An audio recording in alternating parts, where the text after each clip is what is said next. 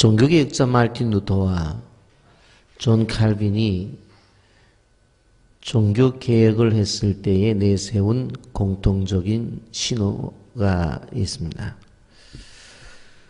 그들이 주장했던 신조는 교회는 항상 개혁되어야 한다라고 하는 것이었습니다. 올해 종교개혁 500주년을 지내면서 이곳저곳에서 종교개혁에 대한 행사를 합니다마는 행사에 그치는 것이 아니라 교회가 성경을 통해서 가르쳐 주신 기준에 따라 개혁되어져야 된다. 사람들은 개혁이라고 하는 말을 할 때에 새로운 어떠한 시스템이라든가 방법론을 자꾸 이야기하는데 진정한 개혁은 성경으로 되돌아가는 것입니다. 여러분, 우리는 기억해야 될 것이 무엇인가 하면 새 시대를 맞이하는 그러한 사람들에게 있어서 중요한 것은 늘 개혁과 갱신이 있어야 된다고 하는 것입니다. 우린 느헤미야를 쭉 공부하면서 8장에서 예루살렘 수문 앞 광장에 모인 이스라엘 백성들을 향해서 에스라가 선포하는 말씀을 들었고 자신들을 자복하고 새롭게 변화의 모습들을 보게 되었습니다. 9장에 가서는 말씀을 통한 부흥을 경험함으로 말미암아 아름다운 신앙의 결실을 맺게 되는 것을 보았고 9장의 마지막에는 이러한 결심들을 문서에 기록하는 것을 보게 되어집니다. 이러한 과정을 통해서 우리가 10장에 와서는 이러한 신앙생활을 하겠다라고 하는 것을 문서로 작성하는 것이 바로 10장인 것을 보게 되어집니다. 이 문서화하는 작업이 나와져 있는데 여기에 보게 되어지면 지도자들 84명의 명단이 나오는 것을 보게 되어집니다. 그런데 우리가 이 사인을 하게 되어질 때 제일 먼저 누가 있느냐? 10장 1절에 보면 그 임봉한 자는 하갈의 아들 총독 느헤미야와 시드기야라 하면서 그 밑에 인물들이 나오는 것을 보게 되어집니다. 2절부터 8절까지는 영적인 지도자인 21명의 제사장들이 서명을 하고 9절부터 13절까지는 17명의 레위지파 대표들이 서명을 합니다. 다시 14절부터 27절까지는 일반 백성들의 지도자들 44명이 서명을 하게 되어지고 이제는 모든 백성들 대표한 대표자들이 서명을 하는 것을 보게 되어집니다. 한마디로 말하면 이 서명은 맹세의 각서인데 그 주된 내용들이 무엇인가 하면 이제는 하나님의 뜻대로 살겠다라고 하는 내용들을 기록하고 거기에 서명을 하는 것입니다. 여러분, 교회가 임직을 받게 될 임직 대상자들을 향해서 서명을 받아요. 그리고 연초의 재직들을 향해서도 한 해 동안 제재의 사명을 이렇게 감당하겠다고 또 서명을 받습니다. 세례를 받을 때도 세례를 받은 다음에 이렇게 하나님의 나라와 교회를 위해서 헌신하겠다고 하는 서명을 받아요. 여러분, 요즘은 이제 목사가 주례를 하게 되어질 때에 신랑과 신부를 향해서 묻죠. 그러면 예라고 대답을 해서 실질적으로 서명을 대신합니다마는 예전에 제가 주례를 할 때 보게 되어지면 신랑과 신부의 그러한 자기들의 고백을 서명하게 되어져 있는 사인날이 있었던 것을 보게 되어집니다. 여러분, 우리가 하나님 안에서 사역을 하게 되어질 때에 임직을 받는 대상자이든 연초에 재직들을 임명할 때든 세례를 받을 때든 결혼할 때든 서명을 하는 것은 이건 왜 다른 교회에 없던 일들을 이렇게 만들어서 해 복잡한데 알아서 우리가 잘할 텐데 그런 것이 아니라 그 서명하는 제도가 성경에 있는 거예요. 그게 어디에? 느헤미야에 있는 거예요. 느헤미야 38장부터 이어지는 말씀 속에서 나오는 것을 38장 우리가 느헤미야 9장 38절에 보면 우리가 이 모든 일로 말미암아 이제 견고한 언약을 세워 기록하고 우리의 방백들과 네 사람들과 제사장들이 다 임봉하나이다 하면서 어떻게 살아가겠다고 하는 것들을 세워놓고 그것에 대해서 다 지도자들과 다 백성들이 사인을 해요. 그리고는 그것을 다 임봉을 하는 것을 보게 되어집니다. 그리고 이것대로 지키지 아니하면 저주가 임한다. 그렇게 하는 것을 보게 되어집니다. 이런 왜 이렇게 하느냐? 바로 그들이 이러한 말씀의 기준을 세워놓지 아니하면 그들 마음대로 살아가기 때문에 그렇습니다. 이런 요즘 우리가 살아가는 시대를 보통 포스트 모던 사회다 그렇게 말을 합니다. 이 포스트 모던 사회라고 하는 것이 도대체 이게 뭐냐? 쉽게 말하면 절대적 진리가 없고 상대적 진리가 바로 인정되는 사회다라는 것입니다. 이것은 무슨 또 어떤 소리길래 뭐 절대적 진리니 상대적 진리니 그런 얘기를 하냐 하면 우리는 절대적 진리를 믿는 사람들이에요. 누구예요? 하나님의 말씀, 예수 그리스도만이 구원의 길인 절대적이에요. 상대적이라고 하는 것은 뭐냐면 왜 기독교만 진리냐? 불교도 진리고 힌두교도 진리고 그러다 보니까 더 나가서 나도 진리가 될 수 있다 하는 것이 상대적 진리. 이것이 요즘을 살아가는 포스트 모던 사상이에요. 예전에는 가정에서 부모님의 말씀이 절대적 진리였어요. 아버지가 얘기하면 속이 끓어도 예, 엄마가 얘기하면 알겠습니다 한으로 끝냈는데 요즘 아이들은 포스트 모던 사상을 살아가기 때문에 그렇게 말 안 들어요. 이게 단순히 그냥 애들이 말 안 듣는다는 그런 게 아니에요. 예전에 저희들 어렸을 때만 하더라고 선생님이 얘기하면 학교에서 예, 그래서 스승님의 그림자도 안 받는다고 그랬는데 요즘은 선생님들이 학생들에게 얻어 맞는 세대가 됐어요. 이게 뭐예요? 포스트 모던 사상. 절대적 진리가 사라져 버렸어요. 상대적 진리. 그래서 불교도 진리고 힌두교도 진리고 그들이 진리인데 그들을 향해서 뭐라고 말을 해요. 그 더 나가서 나도 진리가 되는 거예요. 그러기 때문에 공동체가 파괴가 되어지는 거예요. 어떠한 진리가 중심이 되었을 때는 그 공동체가 움직여 나가지는데 그것이 아니기 때문에 문제가 되어진다라고 하는 것입니다. 여러분 왜 갈등이 와요? 진리가 여러 가지니까. 왜 혼란이 와요? 진리가 여러 가지니까. 이 사회 속에 왜 이렇게 문제가 많아져요? 진리가 여러 가지니까. 그렇기 때문에 문제가 되는 거예요. 그러면 우리가 알아야 될 것이 무엇입니까? 하나님께서 말씀하시는 것은 하나님의 말씀 우리에게 주셨고 절대적 진리 앞에 놓고 우리가 순종하며 살아가 보면 문제는 없는 거예요. 왜? 하나님이 그렇게 말씀하셨으니까. 그런데 교회 안에서도 뭐라고 얘기를 해요? 그 성경의 이야기고 내 생각은 그게 아니다는 거예요. 그러니까 성경은 집어 던져버리고 자기 주장만 교회에서 옳다고 소리를 지르니 이게 무슨 교회가 되겠느냐고. 하나님의 교회마저도 그런데 그러니 교회들이 혼란이 있고 교회들이 아픔이 있는 거예요. 교회는 하나님의 말씀이 증거가 되어지면 그 증거 앞에 예, 아멘만 하면 되는 거예요. 목사의 말을 따르라는 이야기가 아니에요. 바로 진리 앞에 바로 서서 목사가 되든 장로가 되든 권사가 되든 집사가 되어지든 간에 바로 그 진리를 따라가게 되어지면 그 진리 앞에 아멘하면 되는 거예요.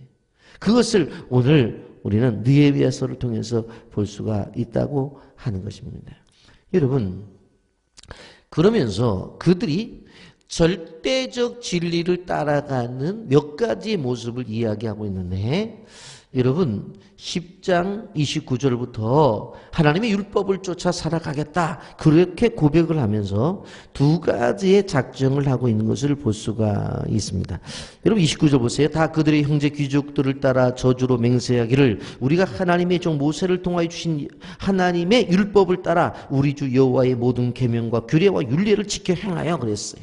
계명, 규례, 율례를 지켜 행하겠다. 절대적인 진리를 따라가겠다 그랬어요. 그리고 절대적인 진리에 있어서 첫 번째 30절에 이렇게 말해요. 우리의 딸들을 이방 백성이 주지 아니하고 우리의 아들들을 위하여 그들의 딸들을 데려오지 아니하며. 그게 뭐예요? 불신 결혼을 하지 않겠다. 이게 절대적 진리 가운데 첫 번째로 이야기를 하고 있는 것을 바라볼 수가 있습니다. 여러분 이방 사람과 결혼을 하지 않는다고 하는 것이 왜 그래요? 이것은 이방 사람과 결혼을 하게 되어지면 그 사람들이 가지고 있는 불신앙적 가치관이 집안에 들어와요.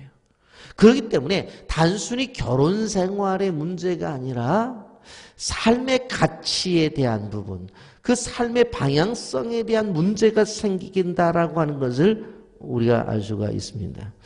여러분, 믿는 자녀들이 믿지 않는 사람들과 결혼을 해서 전도하는 경우들도 있어요. 없는 거 아니에요. 믿는 아들들이 믿지 않는 자매와 결혼을 해서 그를 교회로 인도해 내는 경우도 있고, 또 믿는 딸이 믿지 않는 남자를 만나서 결혼해서 또 예수를 믿게 하는 경우들도 있어요. 그런데 왜 이런 말씀을 주시냐? 이거는 너무나 큰 위험 부담이 있다는 거예요. 이게 성경이 분명히 가르쳐 주는 거예요. 여러분 지혜의 왕이라고 했던 솔로몬이 무너진 이유가 뭡니까? 이방 결혼을 해서 무너진 거예요. 그럼 그분이 얼마나 지혜로운 사람이었는데 그 문제를 극복하지 못했느냐라고 하는 것입니다. 여러분 우리가 기억해야 될 것은 분명코 여기 결혼에 대한 부분들을 이야기를 합니다. 그리고 또 한 가지 여기서 이야기할 수 있는 것은 뭐냐? 안식일을 거룩하게 지켜라. 여러분 분명히 말씀이에요. 31절 혹시 이 땅 백성이 안식일에 물품이나 온고 곡물을 가져다가 팔려고 할지라도 우리가 안식일이나 성일에는 그들에게서 사지 않겠고 일곱째 해마다 땅을 쉬게 하고 모든 빛을 탕감하리라 하였고, 우리가 스스로 규례를 정하기를 해마다 각기 세겔의 3분의 1을 손 앞에 하나님의 전을 위해 쓰게 하되 하면서 나오는데 31절이 뭐예요?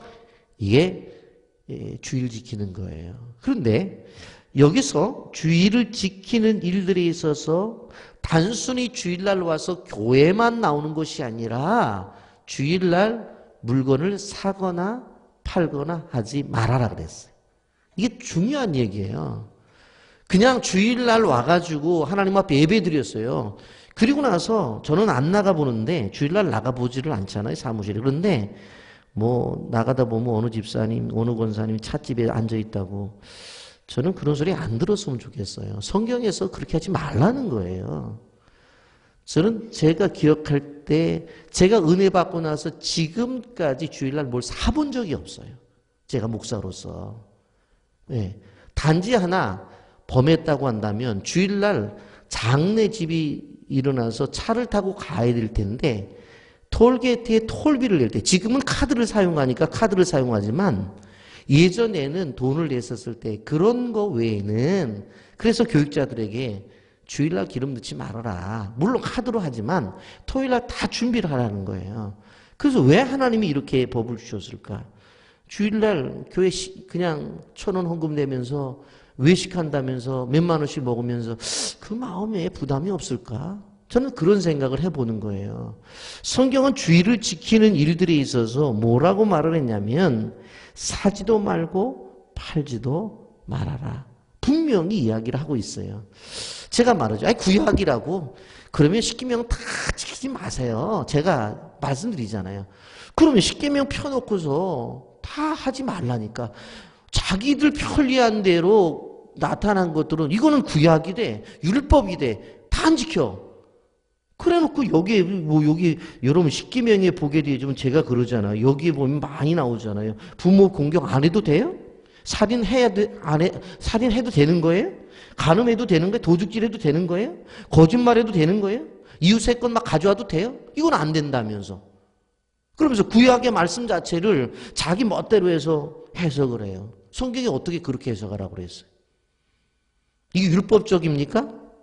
저는 감히 말을 해요. 감히. 그러면 구약 성경 띄어서 버리세요. 신약만 갖고 다니시라니까. 성경이 그렇게 말하질 않아요. 그 속에는 분명한 하나님의 뜻이 있고 하나님의 분명한 약속이 있어요.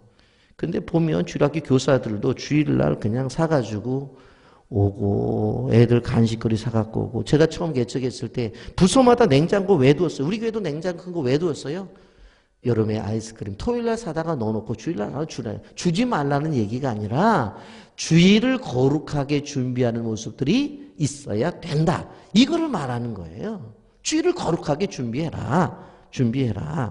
그래서 여기에 보면 주일을 거룩하게 지내라. 31절 다시 보면 혹시 이 땅의 백성들이 안식일에 물품이나 온갖 곡물을 가져다가 팔려고 할지라도 우리가 안식일이나 성일에 그것들을 사지 않겠고 다른 사람이 팔아도 사 먹지 않으면 돼요. 여러분 초대교회 한국교회에 여러분 주일날 장사가 안 됐어요. 주일날. 왜 안 된 줄 아세요? 다 교회 갔는데 주일날 한국교회 초대교회 장사가 안 됐다니까요. 그런 것이 우리나라 역사 속에 있었다고. 역사 속에. 여러분 그러면서 여기에 보면 뭐를 말씀해요? 안식일을 지킬 뿐만 아니라 왜 안식일날 그 거룩성을 유지하라라고 하는 것입니다. 주일날 예배만 드리고 와서 나 다 됐다 그렇게 하지 말라고 하는 거예요. 여러분 또 한 가지 헌신의 삶을 작정하며 기록하라고 하는 것을 바라볼 수가 있습니다. 여러분 10장 32절부터 마지막 39절까지 보면 하나님의 일과 성전을 위해서 자신들이 해야 될 일들이 책임지고 기록되어져 있는 것을 보게 되어집니다. 여러분 32절부터 39절의 내용에 두게 되어지면 많은 백성들이 하나님의 전에 바로 많은 것들을 갖다 놔요. 그런데 거기에 반복적으로 얘기되는 것이 뭐냐면 하나님의 전을 버려두었다. 하나님의 전을 버려두었다. 그런 표현이 되어져요. 그래서 여러분 이제 이렇게 해서는 안 되겠다. 하나님의 전을 성전을 버렸다는 거예요. 버렸다. 그래서 32절에 보면 성전을 보수하고 유지하기 위해서 성전세를 우리가 모으자. 33절에는 제사 때 드려지는 제물을 잘 드리자. 34절에는 성전에서 사용할 나무를 서로 분담해 공급하는 내용도 기록되어 있어요. 무슨 얘기인가 하면 성전에서 제사를 드리려고 했는데 제물을 가져왔는데 나무를 가져오라고 그랬더니 바로 제 딴에 쓸 나무가 없는 거예요. 그러니까 엉망진창이라고 하는 거예요. 여러분 그래서 35절부터 마지막까지는 어떤 말씀이 나오느냐. 이제 우리가 제대로 들여서 성전을 든든하게 만들자 하는 내용이 들어가 있는 것을 보게 되어집니다.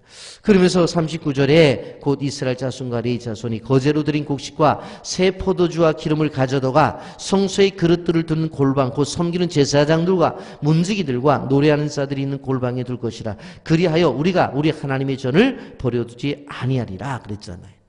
여러분 지금은 물질로 하나님 앞에 드리지만 느헤미야가 사회가라던 시대 또 우리나라 초창기에도 뭐냐면 11조나 헌금을 뭐로 했어요? 돈으로 하지도 했지만 뭐로 많이 했어요?